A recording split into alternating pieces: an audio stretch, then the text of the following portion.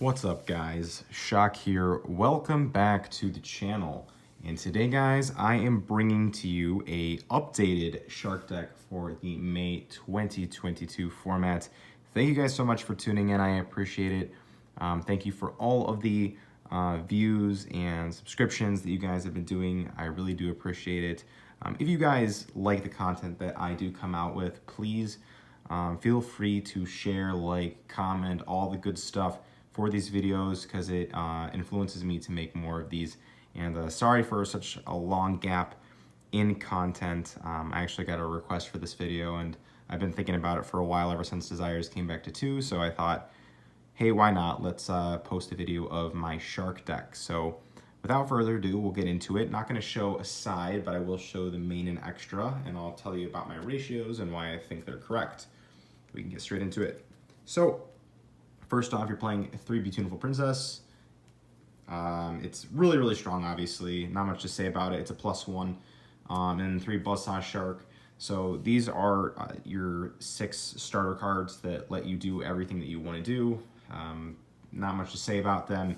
Buzzsaw Shark is, in general, the better one to draw because it's a level 4 body, so you have a lot of level 4 extenders. If they like effect failure it or ash it or impermanence it, you can just follow up with a level 4 extender and you can continue to play the game. Beautiful Princess is much weaker to Ash Blossom, which is a huge theme for this deck. But in this version of the deck, I decided to respect Ash just a little bit less. If the deck loses to Ash, the deck loses to Ash. There's not a whole lot you can do about it. I haven't really noticed a way to play around it a whole lot. You could play Gamma, but I'm not a super huge fan of it. The other thing you could do is try and play like a more monster-heavy version where you always try and make Toad going first before you summon your Beautiful Princess. But, you know, that comes with obviously not being able to go second as well. So if you play a more heavy going first build, you're not going to be as good going second. And I'd rather have a good mix of being able to go second with some powerful extenders and some starter cards. So that's it for those. We are playing the 2 lifeless leaf fish and then the 1 lantern shark. These are the cards you basically get off Beautiful Princess and Buzzsaw Shark. Lifeless leaf fish is really good because it recycles all your fish monsters, and then lantern shark is awesome because it turns Beautiful Princess into an extender. Overall, really strong. You really don't want to draw lantern shark, and this does look like a lot of normal summons, but in reality, if you draw Beautiful Princess and lifeless leaf fish, you still have a decent play. Overall, I really, really do enjoy these cards. I think this is my correct ratio going forward. I really liked playing Right-Hand Shark for a while. I do really like that card, but I decided to drop it from the list for the moment, and we will see how it goes. Next, we are playing your 3 Silent Angler. Not much needs to be said about this card. Of course, this is the best extender of your deck, and you definitely need to be maxing this card out at 3. We did drop down the Tenyi card to 1. I was playing 3 of it, and I don't think 3 is bad. It's just going into the later parts of the game, the card is pretty weak, and I wanted to make sure that every card I drew is very impactful. Shatana is a very strong card, though. I really do like it at 3. Right now I'm trying it at 1. I'm going to see how it goes. This card could go anywhere from 1 to 3. I wouldn't play it at 2. I don't think it makes sense to play it at 2, but 1 or 3 is definitely a good option for it. Moving on to the spell extender / starter cards, we are playing the 1-for-1. 1-for-1, I know, pretty controversial probably, but I do think that this card is one of the few cards in the game that can start up your Shark engine.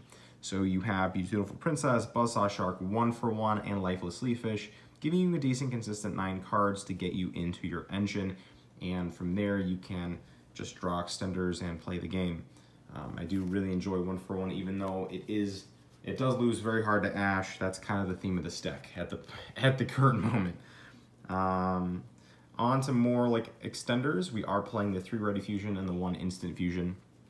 I really, really like these cards. I'm a huge advocate of them. The only reason that they're not like 100% amazing is because they take up extra deck space. And you'll see I actually use 2 extra deck spots for these cards because I do find it inconsistent to just play 1. But overall, being able to put a level 4 water monster on the board without a normal summon is a highly sought after ability that isn't very common in this game, and you kind of have to take advantage of those cards. And especially the restrictions is the biggest thing. You don't have any restrictions with these cards, whereas things like your Silent Sea Nettle and other cards, you can't actually perform combos after you use them. So I prefer the Instant Fusion and Ready Fusion. We are playing 3 of the White Mirror. This card, obviously, it's Monster Born on Crack. Unfortunately, it requires setup for it to be good. You know, I could see why people might want to play 2. Personally, for me, I think any card like this that's so good to play, you kind of have to play 3 to make your deck good. Yeah, overall, I would say one of my favorite cards of the deck, one of the few reasons why I still play this deck. This and like the +1 rank 4 advantage, I would say. But White Mirror's a really good top deck. We are playing the 2 Pot of Desires and the 1 Upstart Goblin. I know we were playing 3 Pot of Desires a while ago, and then, you know, it went down to 1, and now it came back to 2. You know, 2 seems fine. I feel like I was playing 3 in this deck because you really just want to draw this card as often as possible, and that's kind of why I'm playing the Upstart Goblin as well, just to see your strong cards. But yeah, Pot of Desires is extremely good. Not much to say about it. You just need to draw Pot of Desires, and Upstart Goblin helps you do that, and it does help a little bit with consistency. And actually the rest of the deck is just going second cards. So we're going to start off with our cards that aren't necessarily hand traps. So the 3 Book of Moon, the 1 Called by the Grave, and then the 3 Infinite Impermanence. These cards are all really strong. They really help you go second. They interact with your opponent a lot, and overall I really like them. Book of Moon can be used going first or going second, being able to defend your Bahamut Shark from effect failure or Infinite Impermanence. And Infinite Impermanence is really good going second or going first, you know, getting that ability to negate a column, or being able to stop an opponent's board from being unbreakable. Called by the Grave is really nice for hitting graveyard effects or protecting your cards. So overall, I like these guys. And then we're playing some more hand traps. So 3 Ash, 3 Nibiru, and 3 Effect Failure. These are all the going second cards I play. I think 12 hand traps is really good. You could play more. I was playing more for a while, and then I'm like, forget about it. Let's just play Book of Moon. Called by the Grave is really nice. Infinite Impermanence is really nice. I don't really have any complaints with these cards. I think all of them are really strong, and they're very good in their own matchups. No blowout cards in the deck, honestly. I kind of like to interact with my opponent and have the best chance to be able to go second, instead of just playing blowout cards and hoping I draw them. Next up is the extra deck. You're playing the 2-2 ratio of the Totally Awesome and the Bahamut Sharks. So 2-2 ratio is fine. You know, you could play more, especially since this is a grindier deck. I just decided to play other cards, but overall I do think these cards are really good. Of course, the double Bahamut Shark with the 2-toad gets you into your Utopic Draco feature, which is really good.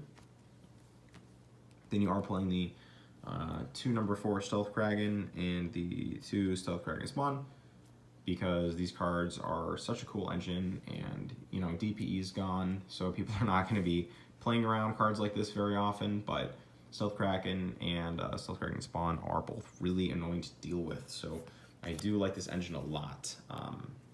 Yeah, it's really good in a simplified game state, and it's really good at burning your opponent for game. Then we are playing 1 of each of the zoo monsters, because we are playing the 1 Zeus. This is a nice Zeus package, which I do think comes up quite a bit. And the fact that our deck is versatile, doesn't have water restrictions on us, I feel like this comes up quite a bit, being able to have the double material Zeus to clear your opponent's board. And also have, you know, Zeus also comes up in other scenarios. So I do really like this package. Last but certainly not least is for the XYZs, the 1 Utopic Future and the 1 Draco. And these cards are so strong.